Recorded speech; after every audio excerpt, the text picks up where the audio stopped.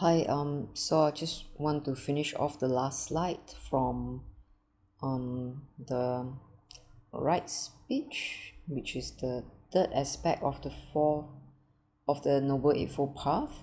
So the last session I was saying that in order to develop wise speech, meaning you know when to say what, whether you should use a gentle or a firm tone, and what kind of words you should use comes from actually deep listening. You should learn to listen. So you should learn to listen to others deeply because, well, I'm a very straightforward person, so I don't really I don't really have any hidden meaning or word, in my words. Although sometimes I do, because it depends on whether the person is ready to hear something. If they're not, I may use other gentler words to test or to lead the other person to the real meaning, or I might ask a question. So there are all these various ways, so it depends a lot on your own deep listening and critical thinking. So critical thinking is a core skill which I think is declining, even more now thanks to AI, because everybody asks Google or AI about all sorts of questions that they have. That I think it is a skill that it is being eroded over time. So I read this in an article today, so I just want to share, right? So let's continue about listening. So this slide is about how to listen to Dharma talks, and I got this from Bhikkhu Thanissaro. He has a website where he explains and translates the Pali Sutta, and so he also has explanation on various subjects such as how to listen to Dharma talks. So let me read this. So the Buddha often begin his Dharma talks by saying, listen and pay careful attention. So if you don't already know, your attention is actually the jewel or the treasure of your heart and mind.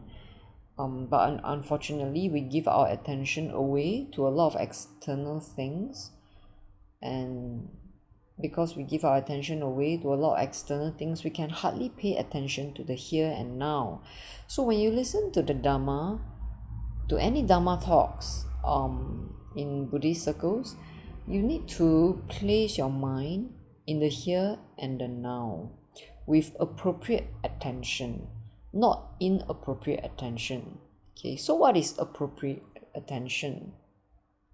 It means to ask the right questions when you're listening to the Dharma. What are the questions to ask? Such as, how does this Dharma, meaning what is offered in the talk, the content, apply to my behavior? How does it apply to my mind right now? In regards to things I might do well to abandon and things I might do well to develop, both in outside behavior and what is going on in my mind. So appropriate attention reminds you that the Dharma is all about comprehending stress. Okay, what is the stress in your mind? How does your mind spin certain stories to cause suffering? So actually, as I shared before, the Dharma is taught by the Buddha, and although it looks like philosophy, Buddhism is really psychology. And I also shared that the 12 links of dependent origination is really about how your mind works. Actually, not how your mind, but how our minds work. So everybody, thinks that because we are different, our mind works differently. But since I started practicing Buddhist practice and studied Buddhist psychology through the suttas and through different teachers' commentary in different traditions, I realized that the Buddha is so brilliant because the truth is all of our minds work the same way. We may use different words, we may have different culture, we may express it differently, but in reality, it works the same way. Okay, all of us are the same. We're not different, frankly speaking. Yeah, it's just different situation, different context, different problems, but the way the mind works in spinning those stories, in causing stress, and even in ways to release, right? There could be many different paths towards nirvana, but when we can comprehend how our mind works, actually it's all the same. Okay, the only complex thing here is different situation, different background, different context, and different ways of letting go, right? Okay, so when we pay appropriate attention, it tells us that every Dharma talk is about comprehending stress and suffering, dukkha, and how to abandon, or rather let go or release the causes of suffering, which is the third noble truth, so that we can bring an end to it. So as I said, different situation bring about stress, which is the same feeling for all of us. Stress is contraction. Okay, release is openness. So when we release, we relax, we feel the same. When we contract, we hold on, we feel stress, it feels the same. But the methods, the way we let go, release that dukkha, can be different based on, well, after all, we all have different karma, right? Okay, so that there lies the difference. How we let go, and what different levels of stress is our karma. Okay, but how the mind works in spinning the story, in the 12 links of dependent origination, is the same. So appropriate attention basically asks two kinds of questions with regard to your behavior in general. So when you listen to Dharma talk, then you start to reflect on your mind, the dukkha that you experience, the stress that you experience. And then you start to reflect, okay, as you hear the talk, what is skillful that I can develop, and what is unskillful that I can release, right? So of course you can't think of the answer right then and there when you listen to Dharma talk. So certain section of the Dharma talk will definitely speak to you, right? Like I have friends who actually listen to Dharma talk and they write down sentences that speaks to them. Okay, sentences which the teacher says, which they go back to reflect on, like, where is the suffering? What am I clinging to? How am I clinging to it? And where is the cause? So one sentence from a Dharma talk can actually propel you to ask these questions of your own mind, your own psychology, your own state of mind. What's the craving that's giving rise to this suffering? But of course, first of all, you have to recognize your suffering, and a lot of people don't recognize their suffering. That is I think the tragedy of human life. For example, people often feel that they're justified to feel a certain way because they are right. So the key word here is they are right, I am right. So this is a problem. Even I have had a very strong view that I'm always right. Okay, and this is a big ego, big pride. A lot of people have this, even though in their mouth they may say, no, I may be wrong, but but actually they are trying to say they're right. Okay, I am also guilty of this, but I'm happy to say that more and more so I'm questioning my belief. Am I really right? I do question my belief a lot now. I don't think that I'm right, because I will actually poke holes at my perception and why and how I come upon this belief. So initially there could be a thought and feeling, right, that I'm right. This very strong feeling in your heart area, I'm right. Then you want to stand firm, right? So in the past I would be like that. I will just rattle my mouth off, okay, and I will defend my point of view. But now, no, I actually question myself. I question my thoughts, because I don't think that I'm always right. Okay, except for certain things, such as how to release stress, how to release dukkha, that not to hold on to beliefs or what you think is right, because there's a lot of stress there when you hold on to a belief and think that you're right. You don't believe me? You're going to examine your mind, because I have examined mine, and even if I'm not wrong, even if I'm right at something, okay, I would rather not hold on to that stance and argue with people, because in that very holding on to that view that I'm right, even if I'm right, it causes stress.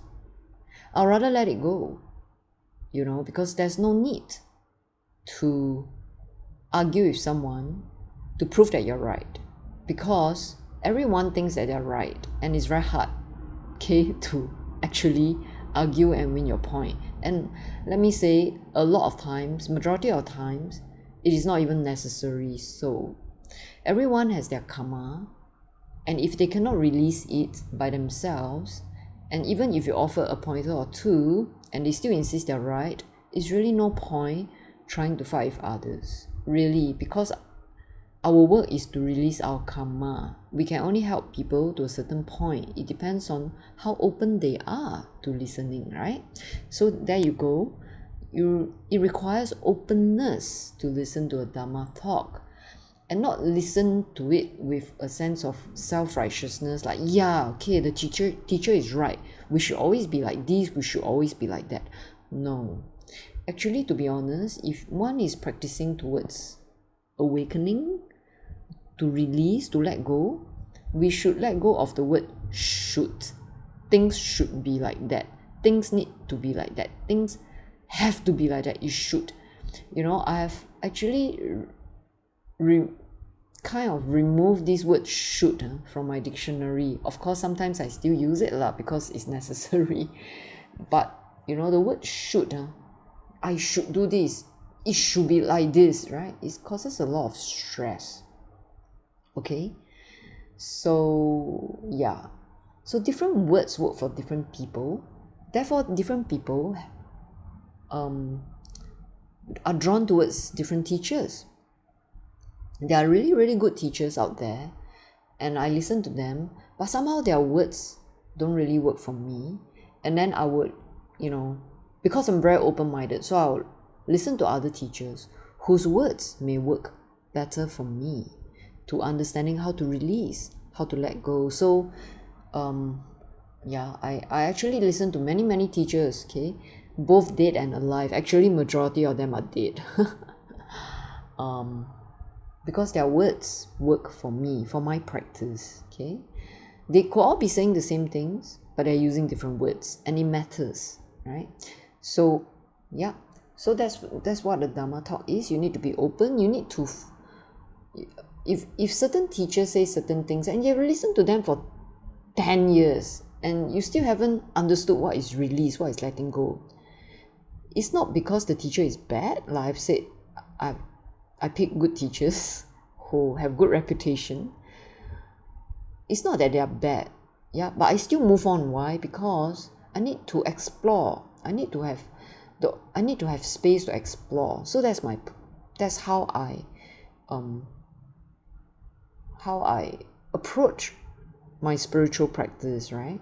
Okay, I'm not the kind that hold on because I'm loyal to a teacher, and I'm not saying because that they're bad, therefore I move on. Okay, so understand this. So when you listen to Dharma talk, also Thanissaro saying here, sometimes you find that nothing in the talk is relevant to you. It may be for other people with their problems, so you just let it pass. Okay, so that's why some teachers recommend, don't give your attention to the Dharma.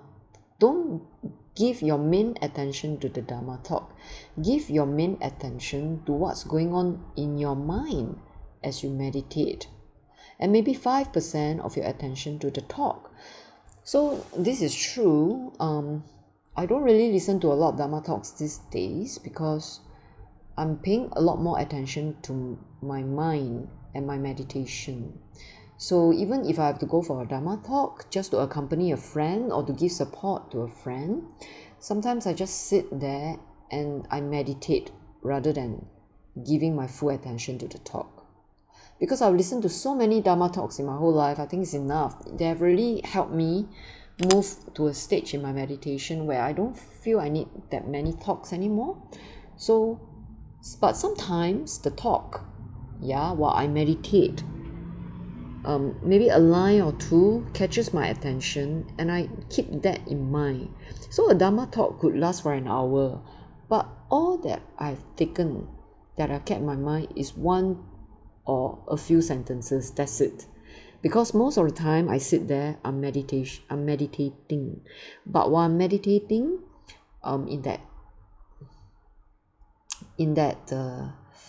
meditation is gathering your mind, right? So usually people's minds are not gathered. Okay, their attention is not gathered. So when they focus on the sense experience of the ear consciousness, their attention is going outside, okay, through the ears. So that's how people listen most of the time. But I'm listening both inward and outwardly. So that is meditation, because my mind, all my six sense base are gathered together. So when I'm listening, I'm paying attention both inside of my mind, how the words come into my mind, as well as the words outside. I'm not like in the past when my attention outflows through the ear hole and only hear the words outside. That's all, right? So actually listening in Dharma, you have to pay attention on the inside and the outside. And it's very suitable for meditation actually. So if something in the talk is relevant to you, as the text say, to what you're doing as when you're meditating, it'll come to your mind on its own. So it's very true. The mind will reflect on its own, because meditation is a mix of shamatha, which is calm, quiet, and vipassana, reflection. Okay, and asking questions in your own mind, about your own mind. So the Buddha's description of how to listen gives some useful indications about how the practice of shamatha, concentration, or rather united mind, the unity of your mind, is related to listening. He says that you should bring not only appropriate attention, but also a quality he calls ekagata. So some people call it one-pointed mind. I wouldn't say that, because one-pointedness suggests a very narrow, concentrated point that is pointed to one point. No, actually one-pointed is, to me, a gathering of your attention, of your whole body's attention and your mind. The unity of the mind and the body is ekagata, right? So when you involve the body, it cannot be just a one narrow mind focus, right? Because usually the mind is the one that gives a narrow focus. But when you involve the whole body into paying attention together with the mind united, that will be a unification of attention, unification of awareness. And you can say a united mind, mind, because mind in this sense is spirit. It's not your brain. When we talk about narrow focus, it's the brain. That's my interpretation. Okay, so it means that when your mind is united, it's gathered into one around the topic of the thought, of the Dharma talk. You're not thinking what to do tomorrow. You're not thinking what to do after the talk. You're not thinking, I'm so bored, let me check the WhatsApp on my phone. You're actually listening to the talk in a meditative state, as I've described earlier. Okay, so actually Thanissaro, he explained here, ekagata, the noun form, doesn't mean one-pointedness. I'm totally agree with him. It means gathered into oneness. Yes. So we have the same understanding. You can still hear, you can still be aware of your body, like what I said just now, right? You're not stuck in concentrating on just the hearing. You're also aware of your body, the entire body. That's what I mean by unification of the six sense bases. You can still know what's going on in your mind. See, paying attention inside and outside. And you're in a position where you can do something about it. So this is a meditative mind listening to a Dharma talk, right? So that's my long explanation to this one slide. Hope you're not bored. So that's it. Thank you.